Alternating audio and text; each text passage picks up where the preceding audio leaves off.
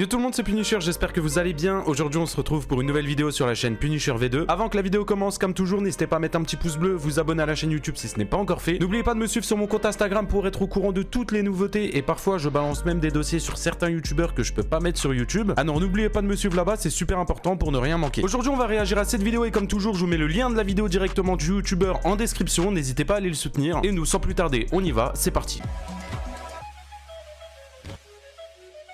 On a découvert depuis quelques jours le comportement pédophile et condo d'une grande youtubeuse sur MilkCity. Mais c'est qui cette youtubeuse? Quelles sont les choses horribles qu'elle a faites à sa communauté? Et qu'est-ce qu'a fait Roblox après toutes ces accusations de pédophilie? C'est pire que Brookhaven, ah ouais? Je pensais pas que ça existait, tiens. Et pour connaître la réaction de Roblox face à toutes ces choses malsaines qu'elle a fait. Il y a des gens qui kennent sur MilkCity. Tout commence le 27 septembre 2016, lorsque Alex Neutron, le créateur de MilkCity, a lancé une nouvelle fonctionnalité, les parties. De base, c'était un endroit où tu pouvais inviter tes potes pour t'amuser en privé et sans être dérangé par des inconnus. Mais le fait que les parties étaient privées, ça a permis à plein de détraqués d'avoir un refuge ou faire leurs pratiques malsaines en secret. Et dans l'histoire que je vais te raconter, il pourrait y avoir plus d'une centaine de milliers, voire millions d'enfants qui ont été... Attends, mais c'est quoi ça? Pourquoi il y a des pouces bleus? C'est genre, ils font des trucs bizarres et après, ils lui mettent des pouces bleus? Je comprends pas, c'est quoi? Voire millions d'enfants qui ont été exposés à des activités plus 18 dans ces parties privées. La youtubeuse à l'origine de ces pratiques graves est Alohavix. C'est une développeuse de jeux Roblox et... Alohavix? 1 million d'abonnés? Alohavix.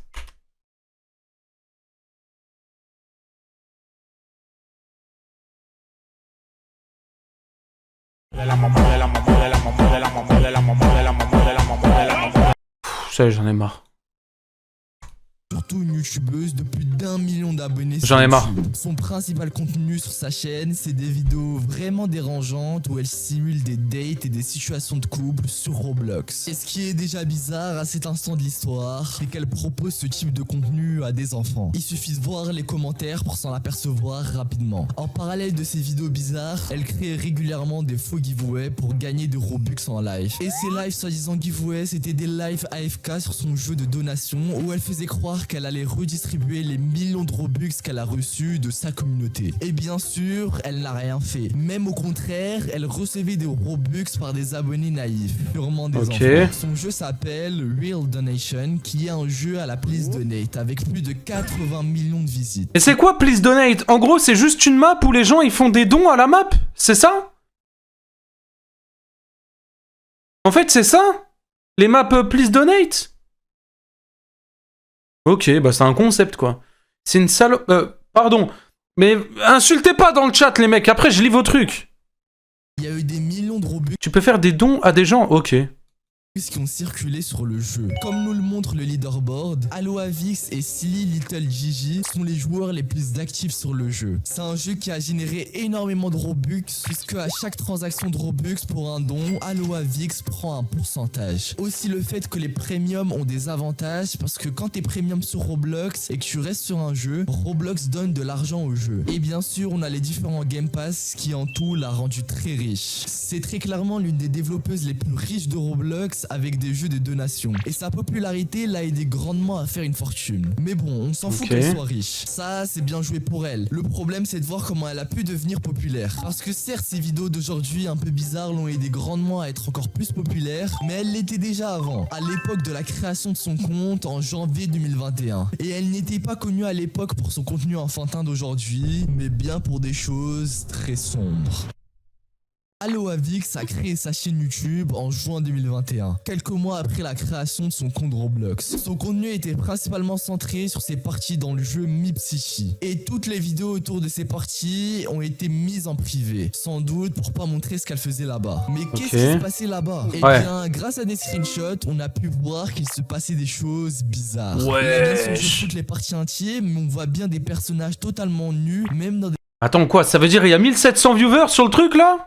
des invitations de parties. Et il y a même ces pubs qui étaient affichées dans le jeu Mip City. Des pubs pour rejoindre ces fêtes avec des personnages. Je comprends pas. Mais le pire, c'est de voir le nombre de likes. Plus de 2 millions d'enfants ont pu rejoindre ce genre de partie. Mais le pire, c'est que ça a duré longtemps. Et ces fêtes faisaient partie des plus populaires de Mip City. Il y a donc eu des centaines de milliers, voire millions d'enfants qui ont été exposés à des parties où l'on participait à des relations sexuelles. Alors que je vous rappelle c'est une singerie. que Roblox... Tu vas me dire, elle est pas ban de Roblox, elle? Eh ben c'est un jeu d'enfant. Et le pire c'est que ça a marché énormément. Et ce genre de partie était affiché à chaque fois en tête de liste des fêtes sur Mip City. Donc n'importe quel enfant qui voulait juste jouer à Mip City pouvait tomber sur des personnages nus les invitant à des fêtes sexuelles. Et quand tu rejoignais une fête, les personnages là-bas simulaient des actes sexuels et plein d'autres activités plus 18. Et le pire, c'est qu'on invitait tout le monde à participer à ces séances, comme nous le montre ce screen. On a découvert aussi que Aloavix avait créé des tenues partiellement nues destinées à être utilisées lors de ses parties privées. Ah ouais, ça c'est des trucs, t'as juste à marcher dessus et ça te met la tenue, non? Ou je dis de la merde?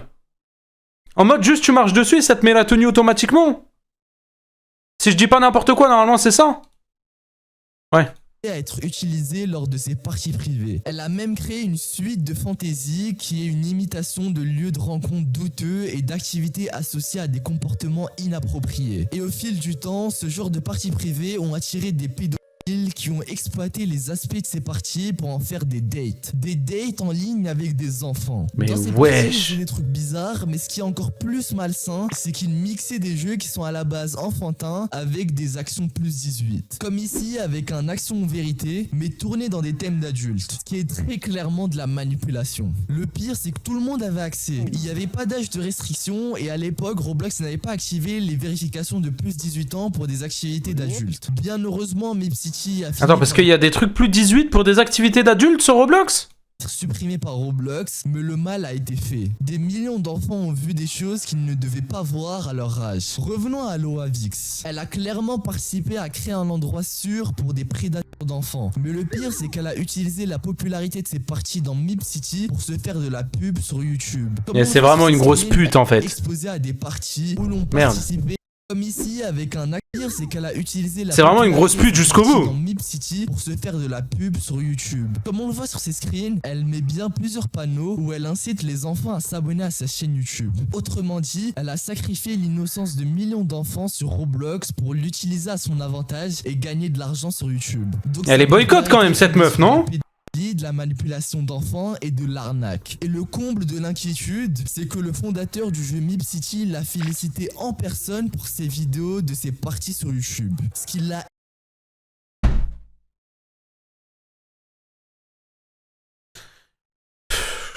En fait, je sais même pas pourquoi j'essaye de comprendre l'être humain, genre. Il est incompréhensible. Évidemment aidé dans son parcours et au passage donner l'accord et la légitimité à Aloavix d'exposer de plus en plus d'enfants à du contenu plus 18.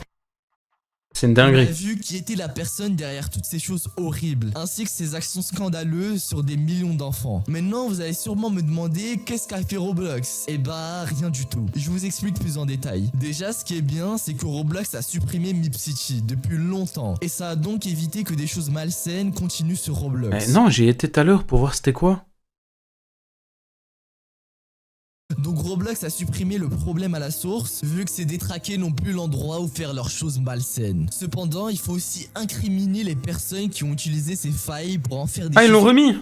horribles, comme Aloavix. Je pense personnellement que Roblox n'est pas au courant de l'histoire, sinon il l'aurait... Ah, c'est une contrefaçon. Je vous rappelle qu'Aloavix a tout fait pour supprimer ses traces. On n'a pas de vidéo et on n'a que quelques screens, donc l'histoire n'est pas si connue que ça. Il faut absolument ban Aloavix et ses différents jeux qui ont été utilisés pour arnaquer les enfants. Après tout ça, je me suis posé la question suivante. Est-ce que c'est possible que ce genre de choses arrive aujourd'hui sur Roblox? Parce qu'on sait que ça est arrivé il y a quelques années et que depuis, et surtout maintenant, la modération sur Roblox a vraiment été accentuée. Perso, je pense que malheureusement oui. Certes, Roblox fait énormément d'efforts Sur Brookhaven, il doit avoir des trucs de fou, c'est sûr. Pour améliorer sa modération, notamment en recrutant beaucoup de gens... De toute façon, du moment où n'importe qui peut rejoindre la partie de n'importe qui, il va avoir des dingueries. C'est obligatoire. compétents dans ce domaine, mais je trouve qu'il y a toujours du retard qui est quand même trop grand par rapport à la gravité des faits. Même si Roblox est immense, ils ont largement les capacités de rendre très sécurisée leur plateforme pour les enfants, pour qu'enfin ces incidents n'arrivent plus. Dites-moi ce que vous en pensez de toute cette histoire. Est-ce que Roblox aujourd'hui est efficace et sécurisé pour les enfants, ou c'est une dinguerie. au contraire? J'ai pas l'habitude de faire ce genre de vidéos, c'est la première fois que le sujet est aussi grave et j'espère dans l'avenir ne plus faire de vidéos comme celle-ci. Très bonne vidéo frérot, mais c'est une dinguerie.